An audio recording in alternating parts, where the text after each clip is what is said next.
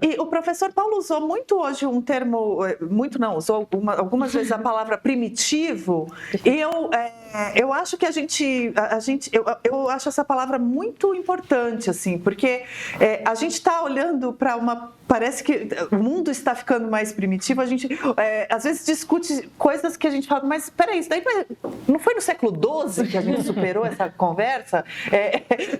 Oi, que século é hoje, né? Não é nem que ano é hoje. Então, por exemplo, um assunto que a gente ainda não entrou, que é Síria, e que é também a prova material do que acontece quando você tem uma ditadura de um homem forte, sem escrúpulos, e o quanto isso tem consequências por décadas, por muito tempo. Não que precisasse de mais uma prova, são dezenas, né? A gente não é só a Síria, mas hoje a gente está com uma conflagração e, ao mesmo tempo, grandes democracias, né? Ou pelo menos que a gente julgava como grandes democracias, como fortes, como sólidas, passando por processos de fechamento, de deterioração das instituições, de retrocesso. Então, eu queria ouvir o professor nessa linha, assim, dessa mudança, né? A gente está tratando de uma guerra num período em que não tem órgãos para mediar. E a gente achou que isso teria sido superado depois da Segunda Guerra, que a gente criou a ONU para isso, né? Justamente. Flávia, a ONU, inclusive, que completa 80 anos este ano, né? Mas certamente o momento, né, vivido pela ONU e pelo multilateralismo em geral, como você bem colocou, é um momento muito dramático, né? Nesse cenário que eu, de alguma maneira, tentei transmitir, né, em que prevalece a lei do mais forte, né, justamente é um cenário internacional, né, em que importa pouco o direito nacional, em que importam muito pouco as organizações internacionais, né? Então, todo esse conjunto, né, de instituições e de normas consolidados ao final da Segunda Guerra Mundial perdem espaço, perdem projeção, né? Tem menor envergadura na atualidade, os atores se importam menos com isso. Então, isso é ruim, por exemplo, para a proteção dos direitos humanos, isso é ruim para o direito humanitário, mas é ruim também para a questão ambiental, né? Então, qualquer tipo de esforço multilateral, né, que tenha que ser conduzido para enfrentar desafios que são cada vez mais globais e transnacionais, né, são esforços que correm risco de fracassar, né? Porque a partir de uma coordenação de Estados, né, em ambientes como a ONU, em que se conseguem muitas vezes iniciativas valiosas, né? Boa parte do debate ambiental evoluiu graças à ONU, né? Então, em um contexto, né, em que se liga menos para essas organizações, em que elas se enfraquecem, em que o multilateralismo de fato se mostra em frangalhos, né, passamos certamente a ter para o futuro passaremos a ter dificuldades maiores para conseguir coordenar os Estados, né, na busca por soluções conjuntas e combinadas para lidar com os direitos humanos, para lidar com o desenvolvimento, para lidar com o combate à fome e à pobreza, para lidar com as questões climáticas e ambientais de um modo geral.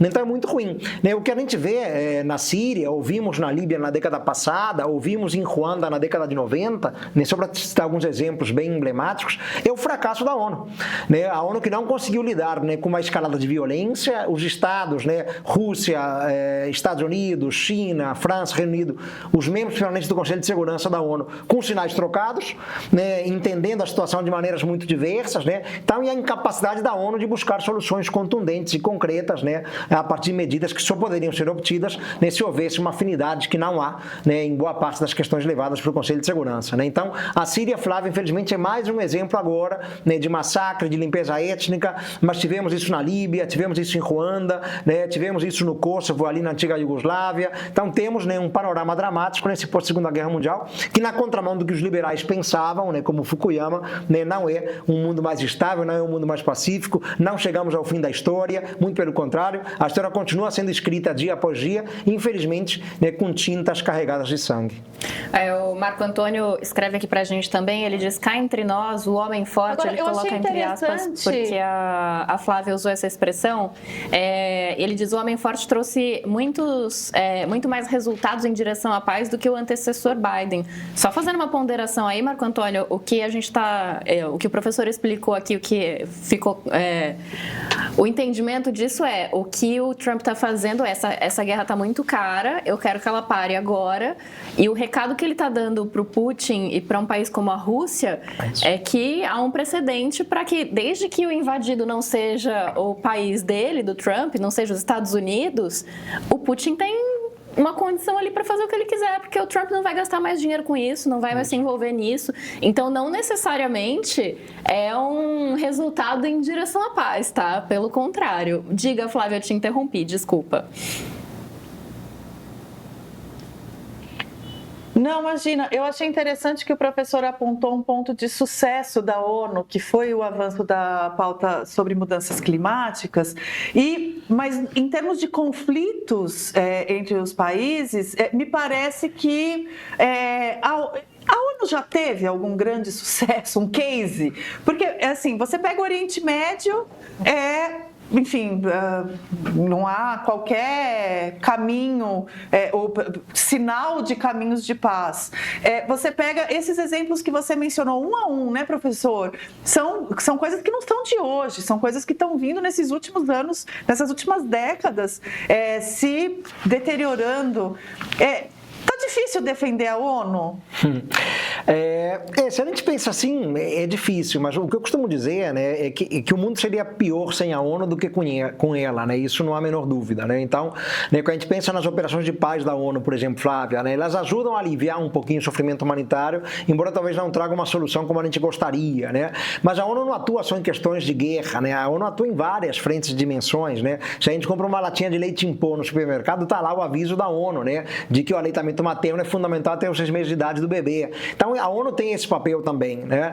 Então, o mundo, certamente, ele seria ainda mais primitivo, Flávia, se não houvesse uma ONU para tentar, de alguma maneira, né, intermediar questões variadas para muito além de paz e de segurança, né? Mas é fato, né, que em conflitos muito emblemáticos, muito marcantes, né, a ONU tem falhado reiteradamente, mas não por culpa dela, e sim do modo como ela foi desenhada, né, em que 5 membros permanentes têm poder de veto, né, China, Reino Unido, França, Estados Unidos e Rússia, e dificilmente 5 se entendem. Então, basta um divergir para vetar, né, qualquer ação da ONU, e aí nós temos a ONU inerte diante de questões que são muito sensíveis.